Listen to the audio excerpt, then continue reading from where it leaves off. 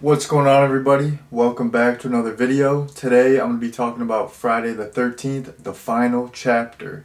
So this movie is an iconic standout in the franchise. It's quite a few people's favorites. It's pretty well regarded, and it's fun to finally get a chance to talk about it. And I want to be straight up honest with you all. The first time I ever watched this, I was not really into it. And I think a big part of it was, I had heard so many great things about it. I think I built it up too much in my head, and I psyched myself out before I watched it. So yeah, the first time I watched this, I was not into it. But like after subsequent viewings, I started to like this one. And after rewatching it for the channel, I'm telling you what, I thought this one was great. I was like, I was just like, oh my goodness, like this is actually like this is a fantastic movie. Like this is it's a top notch slasher. It's phenomenal. Because so many slashers, they you know they could be a good slasher, but they're not necessarily a great movie. I feel like this, like you could show this to someone who's not even into horror really, and it's like a good 80s movie. It's the bomb.com. So yeah, I thought this was really solid on this watch, and yeah, I was a huge fan. Like I said, I've never really been the biggest fan of the first four Friday the 13th. I like a lot of the later entries.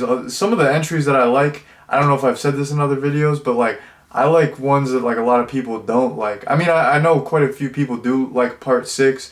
Part 6 is one of my all-time favorites.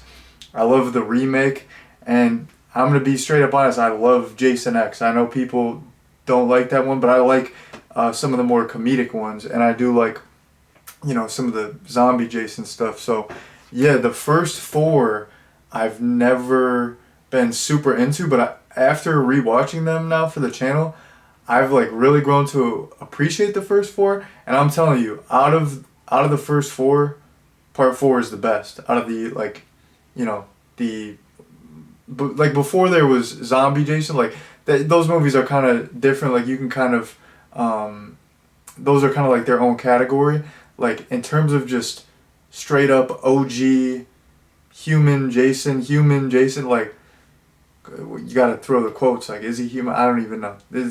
What's going on? But yeah, in terms of like OG Jason, this is the best OG Jason. This is the best out of the first four in my opinion. It's just, I don't know. Like I said, like it's a good slasher, but I feel like it's just a good movie. Like it's the characters, the like the memorable lines, the like there's suspense. Like oh my god, it's so good. So in terms of a plot summary, at the beginning of the movie, Jason is taken to the morgue, and he starts killing people. He escapes the morgue, and he makes his way to Crystal Lake. There's this family, the Jarvis family, and they live close to Crystal Lake. And there's this, cabin by them, and these teenagers, these punk ass kids, are staying in this cabin. They're partying it up, and Jason, he has like a sixth sense. If people are partying, if they're drinking, if they're having sexual relations, he can smell it. His spider sense starts tingling. So these teenagers, they start fornicating, they start sipping, they start smoking, and Jason's spidey sense just goes berserk, and he starts murking the teens, and he also pursues the Jarvis family.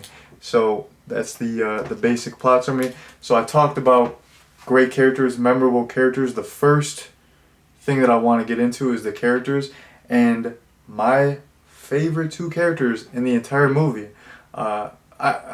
These are my favorite guys. I love Tommy Jarvis too. Tommy Jarvis is my guy, but like in this movie, my two favorite characters are Ted and Jimmy. Like their dynamic is so fun. They have So many memorable lines. I mean, you all know the lines like, "Oh, let me put that in the computer." It said, "Oh, the computer says you're a dead fuck," and "Ted, where's the corkscrew?" and you know, all that stuff. It's just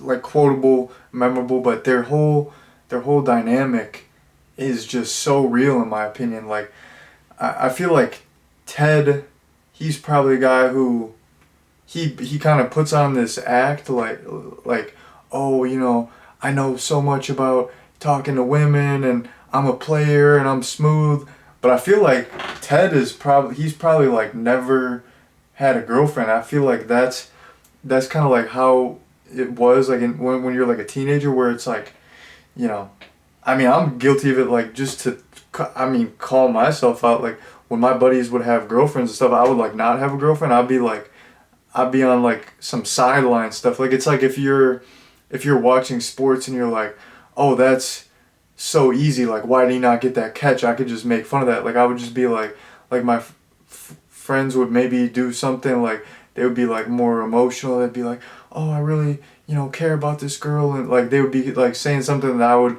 at that time I'd be like that's soft or whatever, and I'd be like judgmental about it. But I'm like, yo, I'm here on the sidelines. Like I don't even have a girlfriend like that, and I'm talking the most shit. Like I feel like that's like that. These characters feel like real teenagers. Like that's how it goes. Like if your buddy has like any play with a girl and you're like not getting any like that, you just like you're like fucking with them. But at the same time, it's like you're just on some sideline shit. Like I don't know if it's a conscious thing, but I feel like I've been guilty of that in the past, and I've like witnessed other people doing that like when I was like a teenager and stuff. So I don't know, like I feel like these are in like any slasher I've seen, these are some of the most realistic characters, and like I said, they're super fun, they're funny.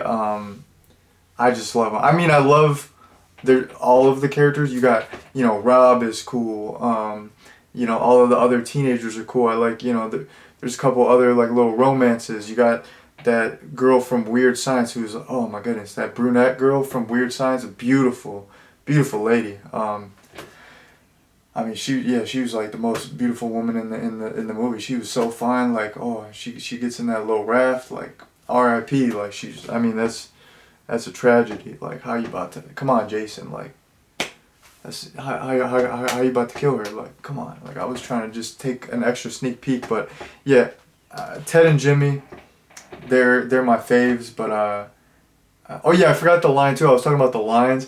I like when they go skinny dipping and Jimmy's like, but I don't have a suit. I don't have a suit. So I don't know. He's the bomb.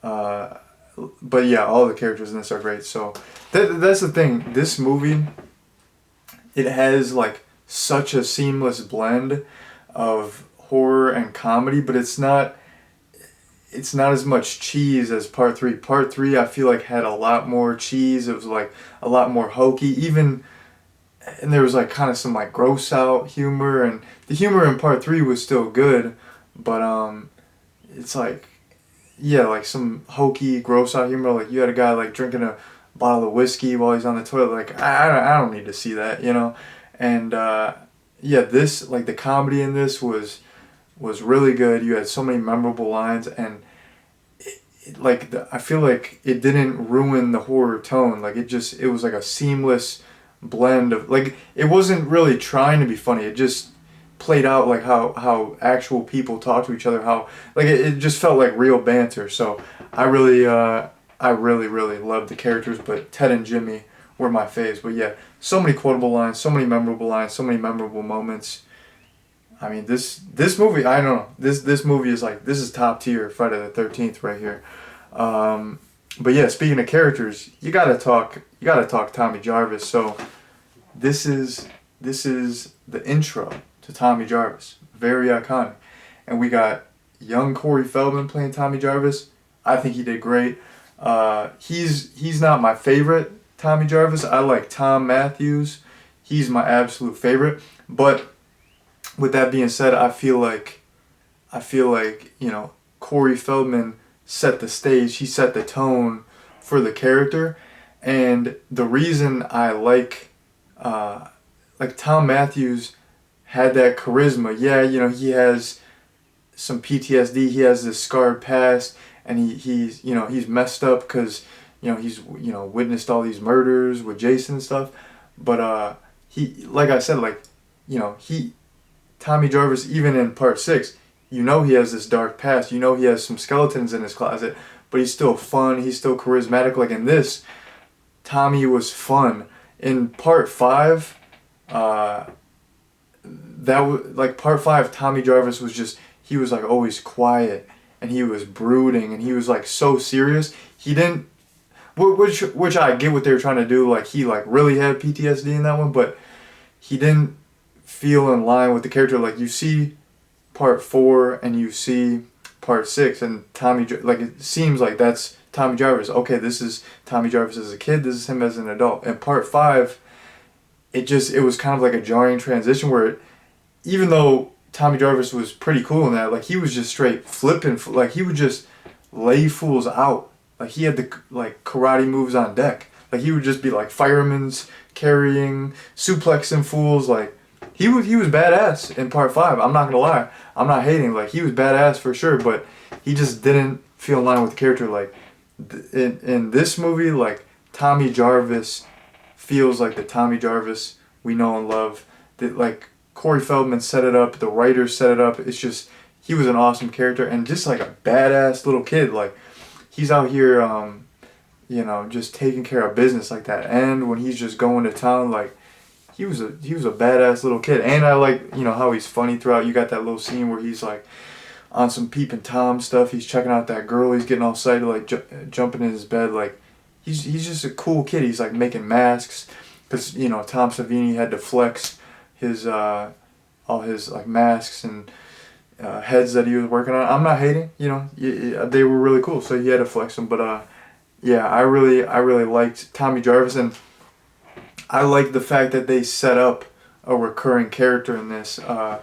You know, okay, part 4, 5, and 6 of the Friday the 13th franchise are eerily similar to Halloween 4, 5, and 6 in the fact that you have this recurring protagonist. Like you have Jamie Lloyd in the Halloween films. Like I mean, in part 6, you know, she's not in it as long. It's a different actress, but you get where I'm going. Like I like having this recurring protagonist. I guess you know you have Dr. Loomis in those too, but I don't know. I like when you have someone to root for. You have someone to come back for, and it's like it adds like a little bit extra story to it because it's like you know so many slashers are just like slasher sequels specifically. It's like okay, we have a new crop of characters. They're gonna get killed. It's like by the time you get to know them, by the time you start liking them, it's like they're dead. And then I gotta get to know a whole new group of people. It's like when you're getting like new coworkers or something. It's like damn, like I just got to know all these people. I gotta get to know new humans. Like that's what I hate about sequels. Like motherfucker, I just got to know these fools. I actually like that guy. I like this guy. It's like that's what I like. It's like I watch part 4 and I'm like, hey, I like this Tommy Jarvis kid. He's a cool kid. Oh, I get to see him again. Oh, I get to see him as an adult. Oh, he's badass. Oh, he's still funny. Like, I like that stuff. I don't have to get to know new people. So, you know, thank you, Friday the 13th franchise, for bringing back a recurring character who is likable, funny, fun, and badass. So, yeah, gotta mention Tommy Jarvis. Shouts out Tommy Jarvis. Shouts out Corey Feldman. Man, he was killing it. Like, I think this was like before he like blew up, but I mean, dude, he was like a little kid and he was out here, you know, doing a great job. So yeah, shouts out to him. Okay, I kind of touched on the tone and I talked about the seamless blend of comedy and horror. I feel like when it came down to the horror in this, I feel like this movie compared to part 3 was way more suspenseful. You know, part 3, I feel like Jason was just out and about. He's creeping around early on with no mask. Once he gets the mask, he's showing it off. It's like he got some new drip and he's like check out this new hockey mask. Like he's like, yo, check me out. Like he's just getting any chance he can to flex his new hockey mask. So in part 3, I feel like, you know, Jason was not obscured really. Like we got to see him a lot, which was great because it was the first time seeing the mask, and I loved, like I said, like the scene where he's like, you know, hanging, and you know the main girl opens the door, and there's like so many iconic Jason scenes in part 3. So it's cool that he's, you know, front and center. In this, I feel like Jason is a little bit more obscured. He's a little bit more in the shadows, and I feel like that worked. It worked a little bit better because I feel like there's like a little bit more suspense and tension, and even before the kills, like there'd be like a little bit of, I feel like a little bit more build up where, you know, you don't see Jason, but you know he's like about to come around the corner. You know this person's like about to get killed, and there was that, like you would actually get a little bit scared, like before Ted's kill, when the little film reel gets cut, and he's just like, what the heck, and he's like calling out like, hey Jimmy, like Jimbo, what are you doing? Like that was tense, like right before he got killed, and it's like the projector goes down, and there's like no, like he's just by himself, there's no one around, and it's just like that couple seconds before he's killed when you just like, you know, something's gonna happen. Like I feel like that was very suspenseful, and yeah, I feel like the suspense and the tension was like amped up in this one, and I feel like I said, that was because Jason was obscured a little bit. He was in the shadows more, which made it, you know, kind of it kind of made it special when you did get to see him. It was like that shower kill, like when you just see that mask, it's like it's like blink and you miss it, but it's like, damn, that's creepy, that's awesome, like that's thebomb.com. So I thought, yeah, the suspense and the tension in this was fantastic. The kills were really good. They were okay. The part 3 had like a lot of really creative kills, but like I said, they were almost like comic book-esque. They were like I said, a little cheesier, a little hokier. Super creative though. This one, I feel like there was a great variety of kills, but the kills were more grounded. They weren't these like crazy creative kills. It was just like, you know, way more grounded, way more brutal. It's like someone gets stabbed, but it's like you're gonna see everything. Like it was like the gore was there, the brutality was there, and it wasn't as much of like, you know, in some of the other entries, like you have like the sleeping bag kill, or you have like the Jason X kill where he puts like the, what is that, like liquid nitrogen, like smashes a girl's face. Like you have these crazy creative kills in the other movies. I feel like the ones in this, like I said, not as creative, but like the brutality and the practical effects. You had Tom Savini coming back for the effects. The effects, the gore, the brutality was fantastic, and it fit the tone. Like I said, it was more of like a darker, suspenseful tone when it came to the horror, and I feel like the kills fit.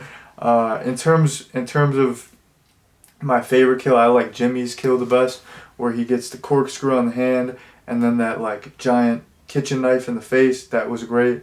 And then yeah, the last point that I want to talk about is just Rob. I mean, everyone has probably, you know, talked about this in every review, but when I was watching it this time, I just kept thinking of the movie Spy Kids 3. Like, so, you know, everyone knows the story. Rob is built up to, you know, like be this, you know, protagonist, and you think he's gonna have this showdown with Jason because basically he's trying to avenge his, you know, family member who got killed by Jason, and you think there's gonna be this big showdown, but I mean, nothing happens. He gets confronted by Jason later on and like immediately gets killed, and then it's like that one part is cheesy when he's like, he's killing me. Like every time I watch it, I laugh out loud. It's great though. Like it's good cheese. It's like it's the bomb. It's memorable. It's iconic. But when I was watching it this time, I just couldn't stop thinking about Spy Kids 3. I kept thinking about Elijah Wood's character. Like in Spy Kids 3, the whole time they're talking about the guy. You know, like they built him up the whole movie, and then Elijah Wood comes through and he's like, yeah, I'm the guy. And he attempts to do this level, and he's like, oh, it's gonna be cake. Like no problem. Instantly dies. Like but that was actually set up to be funny. I'm like, how are they? How is this not set up to be funny? Like I don't know what the point of his character was. Maybe it was set up to be funny. It was just I don't know. I guess I don't know the filmmaker's intentions, but it's like that had to be intentional. Like that had to be like I don't know. Like they had to be trying to be funny. Like it was just you're gonna build this guy up the whole time to be a badass, instantly killed, and he's gonna say you're killing me. Like, come on, that is this real life? Is it? I mean, I gotta do a double take. Like, am I dreaming? I gotta pinch myself. I don't know, but yeah. Shouts out Rob. I mean, he was kind of a punk in the end. I mean, I thought he was cool, but he kind of went out like a little bitch. So, I mean, what are you gonna do? But R.I.P. Rob. It's tragedy. I wish he would have. At least like maybe he could have had like a fight with Jay-Z. Like he had the machete. Like he could have. They could have had like a little, just a little fight. But it's all good. So, I just wanted to mention Spy Kids 3 because that's a great movie, and I don't know. I was just thinking about that. Like when he died, I kept thinking about Elijah Wood's character in Spy Kids 3. So I don't know. I'm just being random, bringing up Spy Kids 3, but that's what I thought of when I was thinking about the movie. So yeah, that's the last point that I wanted to get into. In terms of a recommendation, I think like after rewatching it for the channel, I think this movie is like top tier Friday the 13th. Yeah, like I said, out of the first four, I think this is my favorite, and it's just I don't know. It just feels epic. It feels, I don't know, bigger than the other. Like it feels like they kind of, they like caught their stride. Like the other ones, they were kind of, figuring out Jason. They were kind of figuring out the whole tone. Like in this one, it feels like they figured out the formula and they mastered it. The other ones were like, it's like they took the best bits of all the first three and they just like put it into one, and like I said, it's epic. It's just a great movie overall. Not even just a great slasher. Like it feels like a classic, like a 80s classic. Like it's so 80s. It's so good.